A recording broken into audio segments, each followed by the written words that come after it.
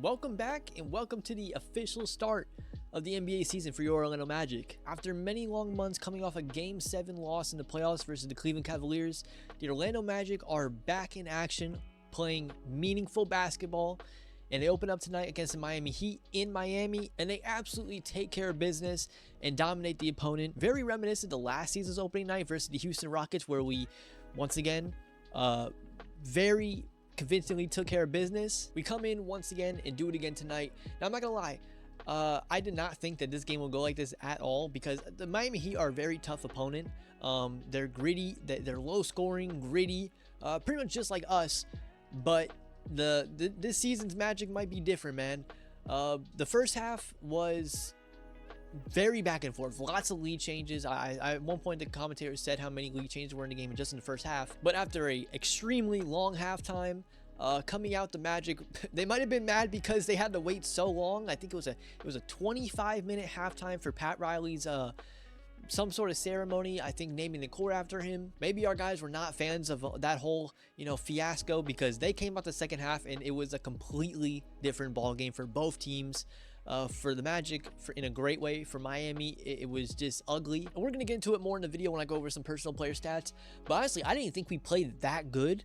I think our stars played amazing, but I think the other guys that, should be stepping up on a night-to-night basis weren't even, at where they should be.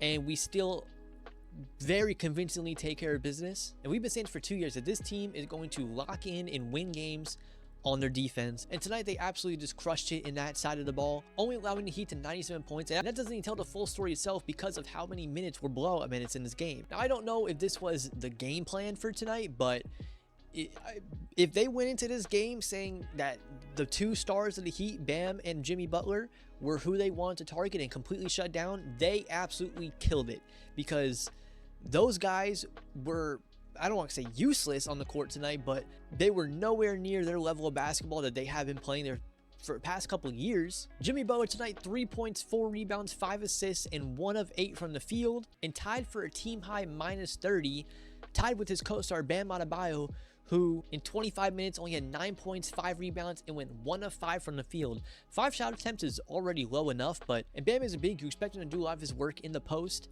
and I feel like he was settling for a lot of jump shots tonight. And I mean, actually, I shouldn't say a lot of jump shots tonight. He only took 5 shots the entire game. 2 of those coming from the three-point line, where he was 0 of 2. And pretty much most of his points tonight came from the free throw line, 7 of 10 from the free throw. And at that point, the Heat really needed to rely on the other guys to step up to try to keep him in this game.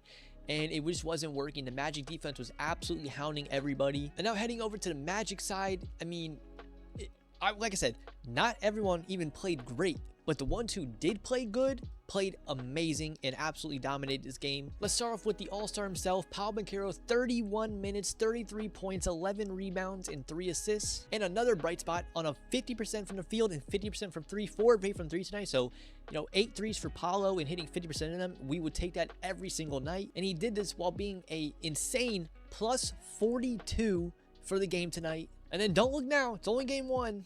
But Franz Wagner might be back. 23 minutes tonight, 23 points, 4 rebounds, 4 assists, 2 steals, and a block, shooting 62% from the field and 50% from 3 on 6 attempts. And as you guys have all known, that has been the question the entire summer for Franz Wagner ever since, the off year from last season. And I'm hoping we can call it an off year, because if what we saw tonight is what we're going to see throughout, obviously not 50%, but an efficient jumper from Franz Wagner, that will take this team to a whole nother level. And like I said, did this all in 23 minutes, dealt with some foul trouble early on in the game, which is why it's a little lower than Paolo.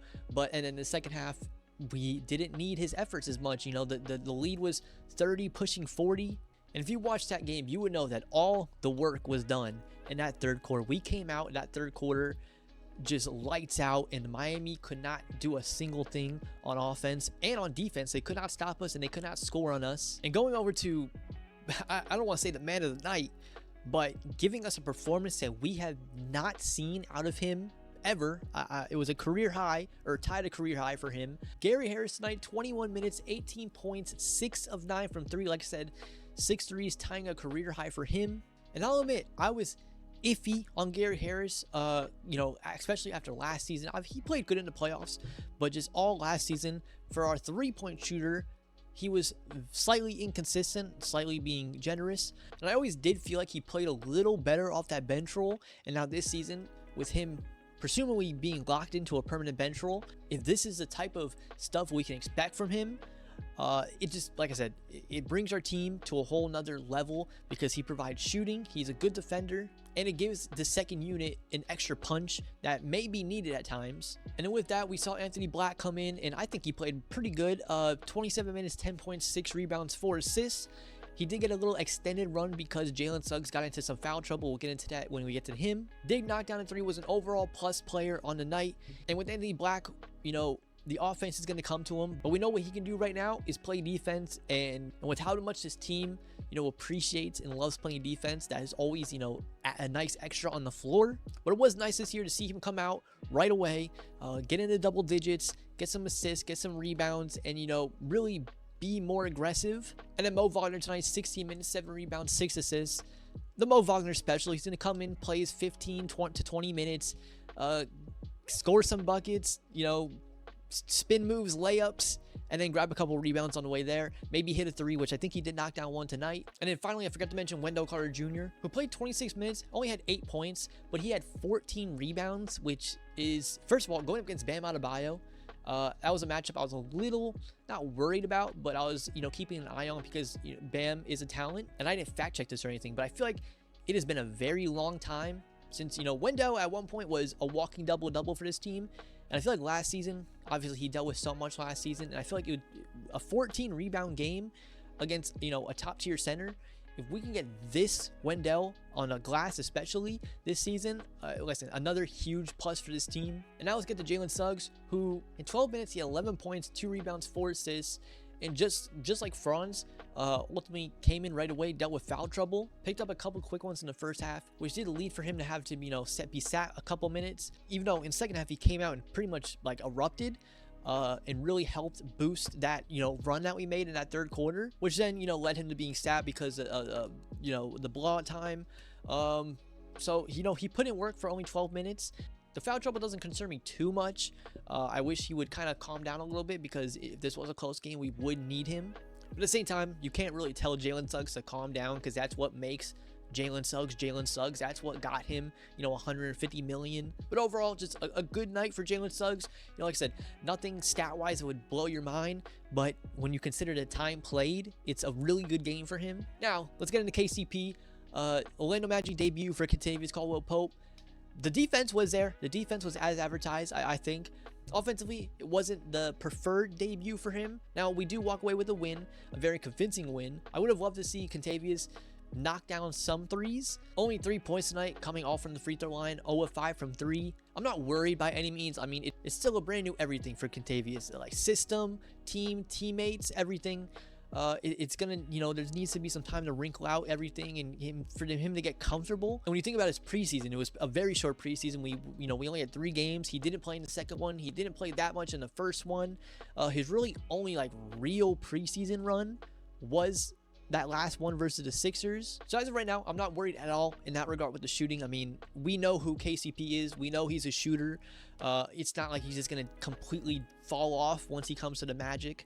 I just think it's gonna need to take a little more time to get gelled with everything. Learn, players need to learn where he's gonna be. He needs to learn where players prefer him to be. Like I said, defensively, you could see that it's there. There were some couple miscues from him, miscommunications maybe from his teammates. Like I said, it's gonna take time on that end. When it comes to staying in front of your opponent and making the right read, he was doing what he's been advertised to do. And I'm telling you, when the chemistry gets there, because we already saw a little bit of it, but when the chemistry really starts clicking, him and Suggs, when they become fully unleashed on that end of the ball, it's gonna be amazing for us, but for opposing teams, it's gonna be a nightmare.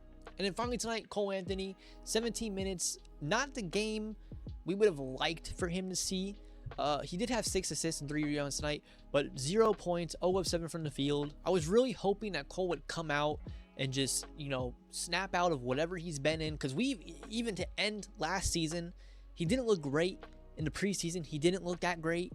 and I was hoping that he would just snap out of it tonight. And the playmaking showed glimpses, but Cole is supposed to be our spark plug off the bench, and if he can't knock down a shot, it's an issue, especially when guys like Jet Howard, Tristan Da Silva are sitting on the bench. They're talents who are waiting to get their turn, especially Jet, who had a great preseason in my opinion, and really looked like he had some sort of chemistry being built with Anthony Black and even Paolo Banchero at times when they shared the court together. So hopefully Cole does bounce back in our next game, which will be our home opener this Friday versus the Brooklyn Nets, who aren't the best basketball team this season. I don't want to underestimate our opponent, but we are going into this game, we're going to be obviously favorites, and we should be set up nicely to get our home streak going, because obviously we were a dominant home team last season.